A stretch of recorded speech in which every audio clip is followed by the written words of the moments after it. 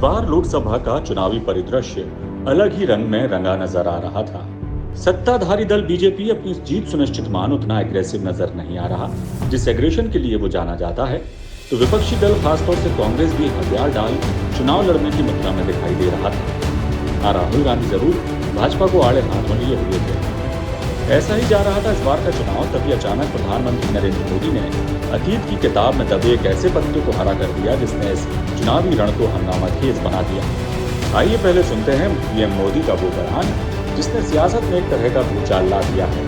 पहले जब उनकी सरकार थी उन्होंने कहा था कि देश की संपत्ति पर पहला अधिकार मुसलमानों का है। इसका मतलब ये संपत्ति इकट्ठी करके किसको बांटेंगे? जिनके ज्यादा बच्चे हैं उनको बांटेंगे, घुसपैठियों को बांटेंगे।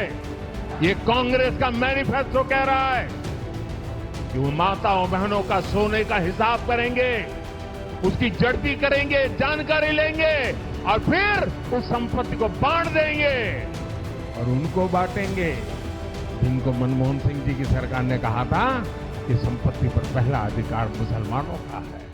पीएम मोदी ने पूर्व प्रधानमंत्री मनमोहन सिंह के 2006 में दिए उस बयान का जिक्र कर कांग्रेस पर हमला बोला है जिसमें बकौल मोदी मनमोहन सिंह ने कहा था कि देश के संसाधनों पर पहला हक मुसलमानों का है। आइए अब सुनते हैं पूर्व पीएम मनमोहन सिंह का बयान, जिसको लेकर पीएम मोदी ने राजस्थान में कांग्रेस पर निशाना साधा है। I believe our collective priorities are clear.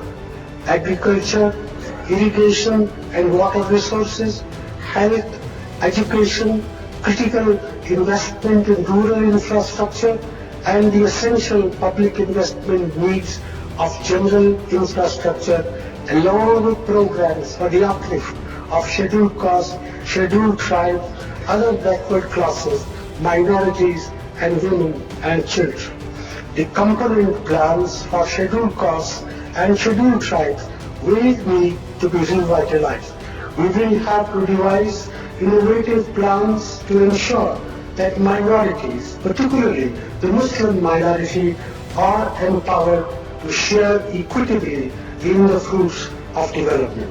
They must have the first claim on our resources. हालांकि कांग्रेस ने उस वक्त भी मनमोहन सिंह के इस बयान का स्पष्टीकरण दिया था और कहा था कि मनमोहन सिंह का तात्पर्य अल्पसंख्यकों के सशक्तिकरण से था।